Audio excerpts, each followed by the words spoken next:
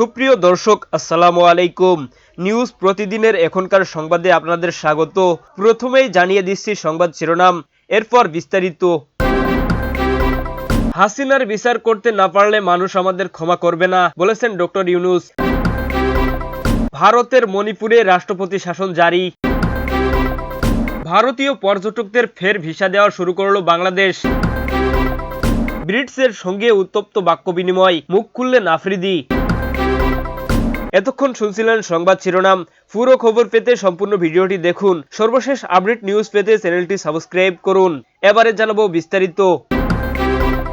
প্রধান উপদেষ্টা অধ্যাপক ডক্টর ইউনূস বলেছেন, ক্ষমতাচ্যুত শেখ হাসিনার বিচার করতে না পারলে আমাদের মানুষ ক্ষমা করবে না। ওয়ার্ল্ড গভর্নমেন্ট সামিটে অংশগ্রহণের জন্য দুবাই সফরে থাকা প্রধান উপদেষ্টা বৃহস্পতিবার সংযুক্ত আরব আমিরাত ভিত্তিক সংবাদ মাধ্যম দ্য ন্যাশনালকে দেওয়া এক সাক্ষাৎকারে একথা বলেন।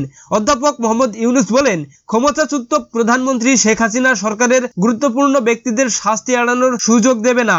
সাবেক প্রধানমন্ত্রী এবং তার জ্যেষ্ঠ কর্মকর্তাদের খুঁজে বের করে দেশে ফিরিয়ে আনা হবে যাতে তারা আইনের মুখোমুখি হন। তিনি বলেন, আমরা ভারতকে নোটিশটি পাঠিয়েছি যে শেখ হাসিনাকে প্রত্যাবর্তন করতে হবে। মানবাধিকার বিষয়ক জাতিসংঘ হাইকমিশনের প্রতিবেদন সহ আমাদের কাছে বহু তথ্য প্রমাণাদি আছে। তারা যা কিছু করছে সেগুলোর সাক্ষ্য এটা। প্রধান উপদেষ্টা বলেন, আমরা ইতোমধ্যে আইনি প্রক্রিয়া শুরু করেছি, তাই আমরা আশা করছি আইনি প্রক্রিয়া অব্যাহত থাকবে এবং আমরা তাকে বিচারের আওতায় আনবো। এটা করতে হবে, না হলে মানুষ আমাদের ক্ষমা করবে না। আগামী ডিসেম্বরে জাতীয় নির্বাচন আশা করছেন ডক্টর ইউনূস। দেশে বিভিন্ন খাতে সংস্কারের জন্য 15টি কমিশন গঠন এবং সেগুলোর প্রতিবেদন এখন আসতে শুরু করেছে বলে উল্লেখ করেন প্রধান উপদেষ্টা। এসব কমিশনের সুপারিশ নিয়ে ঐক্যমত তৈরিতে জাতীয় ঐক্যমত কমিশন গঠনের কথাও তুলে ধরেন তিনি। ভারতের মণিপুরে রাষ্ট্রপতির শাসন জারি। প্রায় 2 বছর ধরে উত্তাল মণিপুরে অবশেষে জারি হলো রাষ্ট্রপতি শাসন। কিছুদিন আগেই মণিপুরের মুখ্যমন্ত্রীর পদ থেকে ইস্তফা দিয়েছেন এন ধীরেন সিং। তার ইস্তফার পর নতুন কোনো মুখ্যমন্ত্রীর নাম ঘোষণা করতে পারেননি বিজেপি। এ অচল অবস্থার মাঝে বৃহস্পতিবার মণিপুরের রাষ্ট্রপতির শাসন জারি করা হয়েছে। খবর এনডিটিভির। গত 9 ফেব্রুয়ারি মণিপুরের মুখ্যমন্ত্রী পদে ইস্তফা দেন ধীরেন। কেন্দ্রীয় স্বরাষ্ট্রমন্ত্রী অমিত শাহের সঙ্গে বৈঠকের পর ইস্তফালে ফিরেই মুখ্যমন্ত্রীত্ব ছাড়ার সিদ্ধান্তের কথা ঘোষণা করেন তিনি। গত রোববার ইস্তফালে মণিপুরের রাজ্যপাল অজয় কুমার জল্লার সঙ্গে দেখা করে পদত্যাগপত্র জমা দেন ধীরেন। তার ইস্তফার পর মণিপুরে সরকার পরিচালনার জন্য নতুন কোন মুখ্যমন্ত্রী হিসেবে বেছে নিতে পারেননি বিজেপি। বৃহস্পতিবার স্বরাষ্ট্র মন্ত্রণালয় থেকে একটি সরকারি বিজ্ঞপ্তিতে মণিপুরের রাষ্ট্রপতি শাসন জারি করার কথা জানানো হয়েছে। বিজ্ঞপ্তিতে রাষ্ট্রপতি দ্রৌপদী মুমুর্জ বয়ানে লেখা রয়েছে, আমি মণিপুরের রাজ্যপালের থেকে রিপোর্ট পেয়েছি। এই রিপোর্ট দেখে এবং অন্য তথ্যগুলোর ভিত্তিতে আমার মনে হয়েছে সংবিধান অনুসারে সেখানে সরকার চালানো সম্ভব হচ্ছে না। ধীরেনের ইস্তফার পর মণিপুরে নতুন মুখ্যমন্ত্রী বাছার জন্য যথেষ্ট চেষ্টা চালিয়েছে বিজেপি। উত্তর পূর্বে বিজেপির দায়িত্বে থাকা সম্মিত পাত্র বেশ কয়েক দফা বৈঠক করেছেন সে রাজ্যের বিধায়কদের সঙ্গে। গত 2 দিনে রাজ্যপাল ভল্লার সঙ্গে 2 দফায় বৈঠকও সেরেছেন সম্বিত।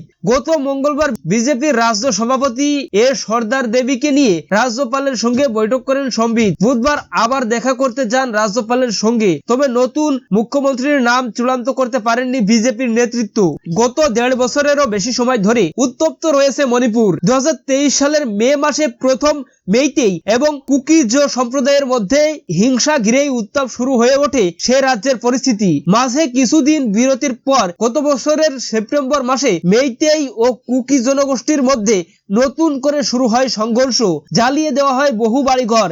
দফায় দফায় সংঘর্ষ চলে মণিপুরের বিস্তীর্ণ এলাকা জুড়ে। মুখ্যমন্ত্রীর পাশাপাশি রাজ্যের বেশ কয়েকজন বিধায়কের বাড়িতেও হামলা চালায় উন্মত্ত জনতা। ভিসা দেওয়া শুরু করলো বাংলাদেশ। দীর্ঘ অপেক্ষার অবসান ঘটিয়ে ভারতীয় ভিসা দেওয়া শুরু করলো বাংলাদেশ। ফেব্রুয়ারি মাসের প্রথম সপ্তাহে খুলে দেওয়া হয়েছে আগরতলার বাংলাদেশের সহকারী কমিশন। আগরতলার সহকারী কমিশন থেকেই ভিসা দেওয়া শুরু হয়েছে। গত বছর ডিসেম্বরে এই ডেপুটি কমিশনে হামলা ও ভাঙচুর ঘটনা ঘটেছিল। তারপর অনির্দিষ্টকালের জন্য বন্ধ করে দেওয়া হয়েছিল ভিসা পরিষেবা। হাইকমিশনের কর্মীদের দেশে ফিরিয়ে নিয়ে যাওয়া হয়েছিল। ভারতীয়দের ভিসা দেওয়া কার্যত বন্ধ করে দেওয়া হয়েছিল। আবার তা চালু হলো। আগরতলার সহকারী হাইকমিশন থেকে বাংলাদেশের ভিসা আবেদন করেন গোটা উত্তর পূর্ব ভারতের মানুষ। দিনে 500রও বেশি ভিসা আবেদন হয় এখান থেকে। ফেব্রুয়ারির প্রথম সপ্তাহে নতুন করে আগরতলার হাইকমিশন খোলার পর বহু মানুষ ভিসার আবেদন করতে শুরু করেছেন বলে হাইকমিশন সূত্রে জানানো হয়েছে। ভারতীয় আবেদনকারী সুনন্দা দেবনাথ গণমাধ্যমকে বলেন, গত কয়েক মাস ধরে ভিসা পরিষেবা বন্ধ হয়ে যাওয়ার ফলে বাংলাদেশের আত্মীয় স্বজনদের সঙ্গে যোগাযোগ বন্ধ হয়ে গিয়েছিল। ফোনে সবসময় যোগাযোগ করা সম্ভব হয় না। ভিসা পরিষেবা চালু হয় দীর্ঘদিন পর সবাইকে সামনাসামনি দেখতে পাবো। বিটসের সঙ্গে উত্তপ্ত বাক্য বিনিময় নিয়ে মুখ খুললেন আফ্রিদি।